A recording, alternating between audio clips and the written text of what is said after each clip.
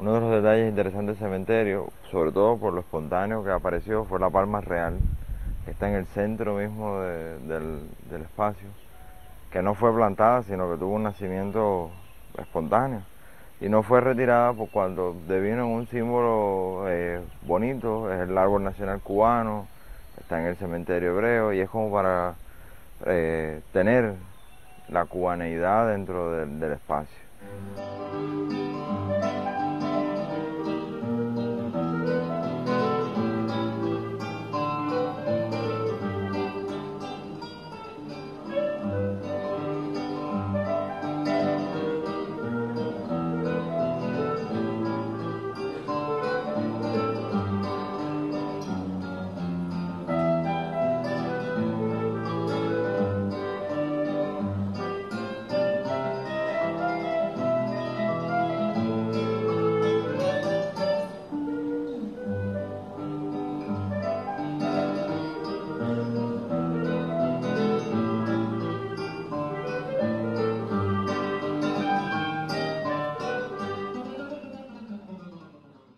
Hoy las cosas han cambiado, ya no hay ese temor de la gente de venir a las iglesias o sinagogas.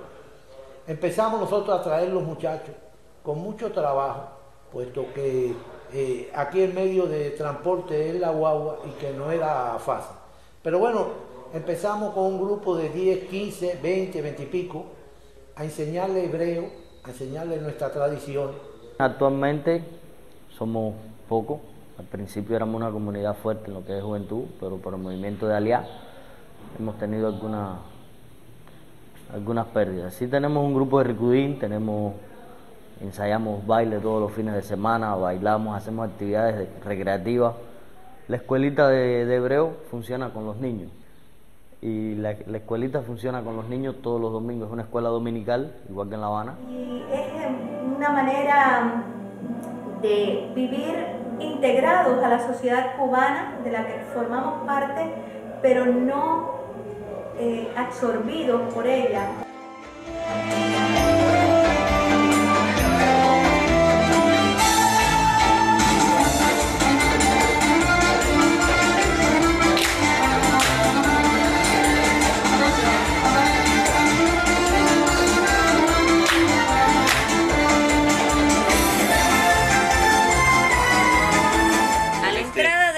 Del sefaradí, de la sinagoga, hay dos acuarelas. Una está la niña tapándose. Uno representa a los niños porque los niños son el futuro, ¿no? Y son los que van aprendiendo las tradiciones. La niña está con los ojitos tapados como que está en el encendido de las velas, ¿no? El rezo del encendido de las velas, bendición. Y al lado hay otra niña que está ofreciendo una guayaba. Y me han preguntado, bueno, ¿y por qué? ¿Qué fruta es esa que tiene? Bueno, una guayaba. Porque en Rosh Hashaná lo que se pone es una manzana, ¿no? Con miel. Pero en Cuba no hay manzana, la manzana no se da. Por tanto, lo que se da en esa época es una guayaba. Y bueno, pues se moja en miel para tener un año dulce. Y es la fruta que representa, bueno, para nosotros, ¿no? La cosa tropical.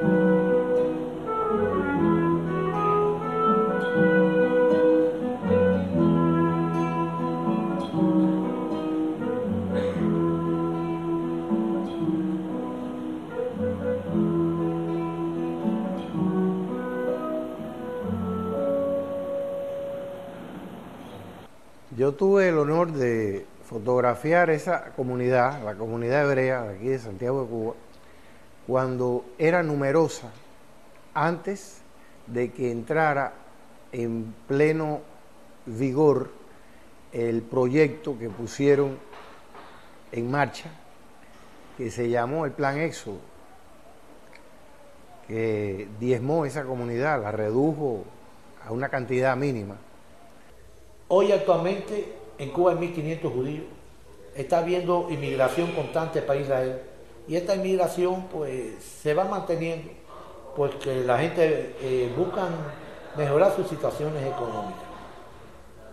No es un secreto que los sueldos aquí son de 10 y 15 dólares al mes y que la mayoría de gente vive de que la familia lo ayuda de afuera. Bueno, desde la década de los 90, algunos cubanos de origen judío, aprovechando la ley del retorno, han hecho alianza y han ido hacia Israel. Pues hablando de los hijos, mi hija, la más chica, que se graduó de estomatología, fue a México a hacer una especialidad y al final no le llegó y fue a Israel, estuvo en Israel un año y pico, después se casó y regresó, pero mi hijo también se fue para allá. O sea, hace 10 años que él está en Israel y hace 11 años que mi hija vive en México.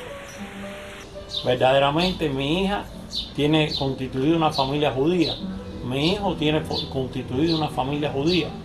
Bueno, pues ya convirtiéndome yo, ya toda la familia, todos estaríamos formando toda una familia más unida y todos dentro del judaísmo.